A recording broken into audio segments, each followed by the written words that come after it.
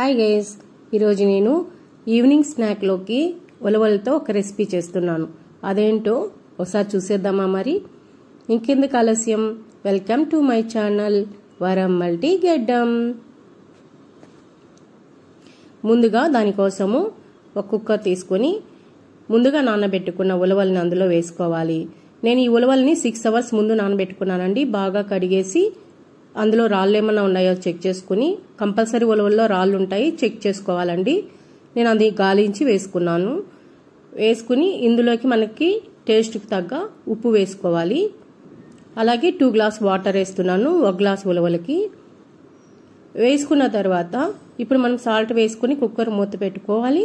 పెట్టుకున్న తర్వాత మనం స్టవ్ వెలిగించుకొని ఇప్పుడు ఈ కుక్కర్ స్టవ్ మీద పెట్టుకుని 3 విజిల్స్ వచ్చేదాకా కుక్ చేసుకోవాలి.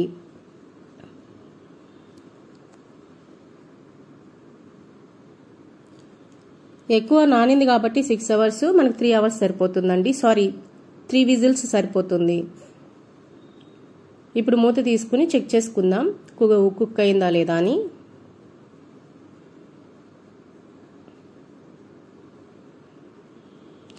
ఈ వాటర్ని సపరేట్ చేస్తున్నాం కదా, దీంతో ఉలవచారు కూడా చేసుకోవచ్చండి.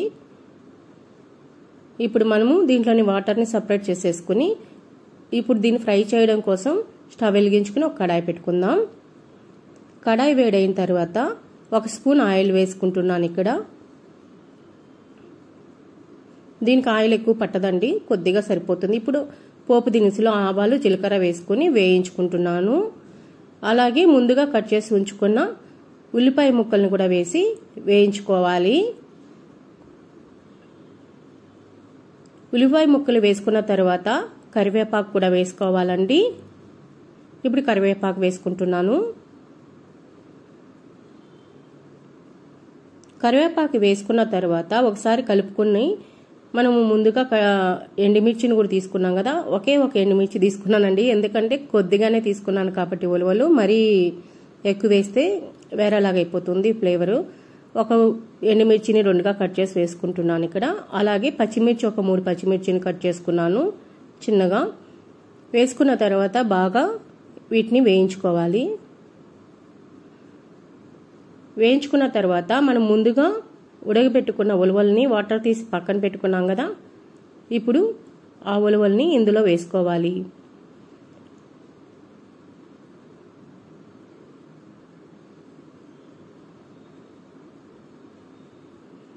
ఉలవలు వేసుకున్న తర్వాత ఇందులో ఉన్న తడి కొంచెం పోయేదాకా వేయించుకోవాలండి.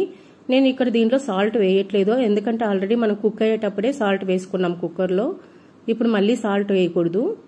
అలాగే ముందుగా నేను తురిమి ఉంచుకున్న పచ్చి కొబ్బరిని కూడా వేసుకుంటున్నాను. పచ్చి కొబ్బరి దీనికి మనకి టేస్ట్ ఎక్కువగా ఇస్తుందండి. ఇందులోకి పచ్చి కొబ్బరి కంపల్సరీ వేసుకోవాలి. పచ్చి కొబ్బరి వేసుకున్న తర్వాత ఎక్కువసేపు వేయించకుండా ఒక 1-2 minutes అంతే అండి, వేయించుకుంటే సరిపోతుంది. నేను ఇందులోకి పసుపు కానీ, కారం కానీ, ధనియాల పొడి కానీ అలాంటివి ఏమీ వాడట్లేదు, వేయకూడదు కూడా.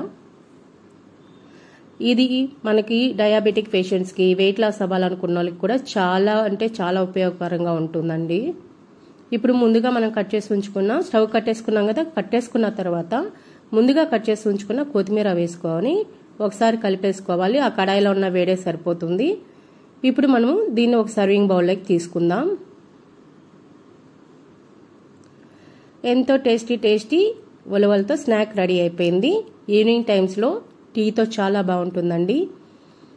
మీకు కనుక నచ్చినట్టయితే ఒకసారి ట్రై చేసి నాకు కామెంట్ చేయండి, లైక్ చేయండి, షేర్ చేయండి. మీకు ఖచ్చితంగా నచ్చుతుంది అనుకుంటున్నాను. ఇది టేస్ట్ చాలా అంటే చాలా బాగుంటుంది. Thank you for watching.